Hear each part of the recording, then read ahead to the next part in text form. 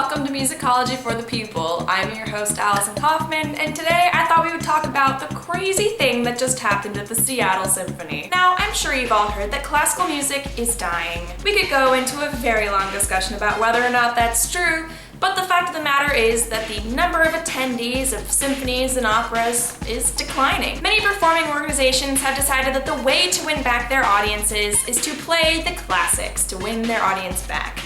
Classics like Beethoven's symphonies or Puccini operas. But others have been brainstorming different ways to win back audiences. 3 years ago, the Seattle Symphony came up with a fresh and fantastic new way to do just that. They founded a recurring program called Sonic Evolution. Sonic Evolution, in the words of the Seattle Symphony, is a way to celebrate the past, present, and future of music with brand new symphonic compositions inspired by musical icons from the Seattle area. The first concert hit on 3 of the greatest musicians to ever come out of Seattle, as well as a brand new up-and-coming group. The concert opened with a piece called Sine Wave Land, homage to Jimi Hendrix, and it was composed by Russian composer Vladimir Nikolaev. Nikolaev was extremely happy to write a piece inspired by Jimi Hendrix because during his childhood he was quite obsessed with Jimi Hendrix.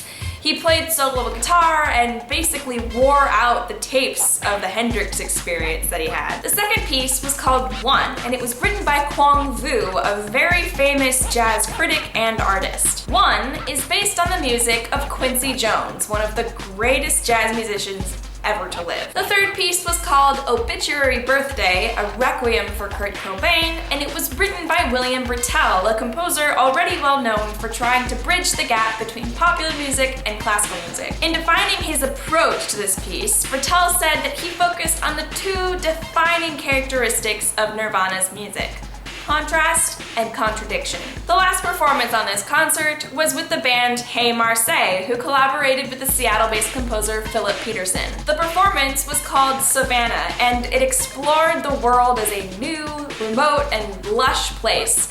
And it also had some orchestrated performances of Hey Marseille songs. The first performance was a pretty big success, and so was the second one that featured music of Alice in Chains, the Blues Scholars, and also the British band Yes, whose connection to Seattle is that their drummer actually lives there and is a big supporter of local arts education. While both of these concerts were popular and successful, it was nothing compared to the success of the performance that happened this past Friday. The concert again featured music of local Seattle artists such as jazz guitarist Bill Frisell, Ray Charles, who actually lived in Seattle for a while, and the indie rock band Pickwick. But what really set this apart was the live performance of Sir Mix-a-Lot. Yes, Sir Mix-a-Lot has found a home in classical music. I waited a long time for this. Sir Mix-a-Lot collaborated with composer Gabriel Prokofiev, the grandson of Sergei Prokofiev, who is a famous musical figure in his own right, both in the classical world and the popular one. He's actually been a producer of hip-hop and electronic music and has his own record label in London. For this show, he composed a piece called Dial 1900 Sir Mix-a-Lot, and it's based on the rhythms, textures, sounds, and harmonies of Sir Mix-a-Lot's music. He then orchestrated versions of Posse on Broadway and obviously Baby Got Back for a live performance with Sir Mix-a-Lot and the Seattle Symphony. Now, for his performance of Baby Got Back, Sir Mix-a-Lot invited some women on stage. These ladies dance around while Sir Mix-a-Lot and the orchestra performed together. Conductor Ludovic Morlot remarked that he had never actually given a performance like that with women dancing around to his symphony orchestra,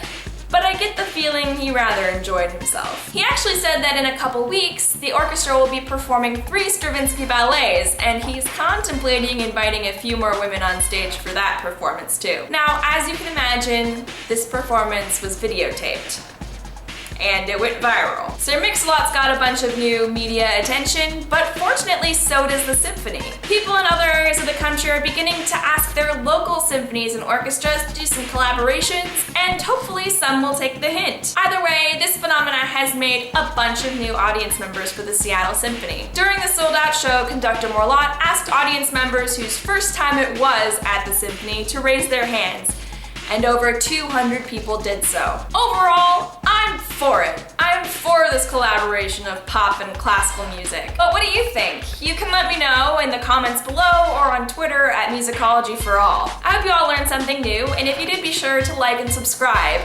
And until next week, I hope you're hooked and you can't stop staring. Oh baby! Musicology.